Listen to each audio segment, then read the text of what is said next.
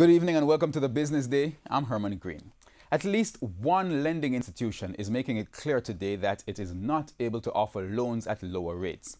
Group Chief Executive Officer of Victoria Mutual Wealth Management, Devon Barrett, said while the central bank has lowered its indicative lending rates, the risks involved are still too high.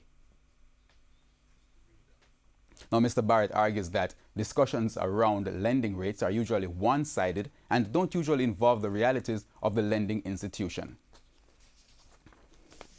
In currency trading, the Jamaican dollar continues to strengthen. The US dollar sold at its lowest value in 6 months today, ending the day selling for $128.62. The Canadian dollar is going for $98.78. The pound closed the day at $165.87, while the euro is being sold for $146.67 on average.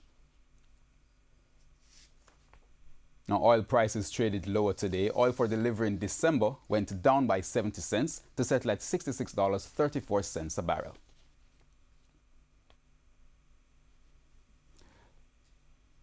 The JSE index gained 7,451 points today, while the junior market index is down 18 points. Stocks posting gains include 1834 Investments, Caribbean Flavors and Fragrances, Elite Diagnostic, General Accident Insurance, Indies Pharma, Jamaica Broilers, and Kingston Wharves. On the losing side were Barita Investments, Carib Cement, Derrimon Trading, Epley, Fosrich, Honeybun, Jamaican Teas, Lasco Manufacturing, Margaritaville, and Panjam Investment.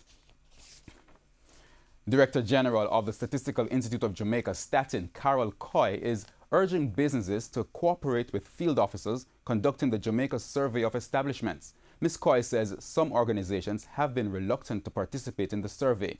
She says the information is critical because it will allow government and even firms themselves to have information on the type of businesses operating in Jamaica and how they are contributing to economic growth.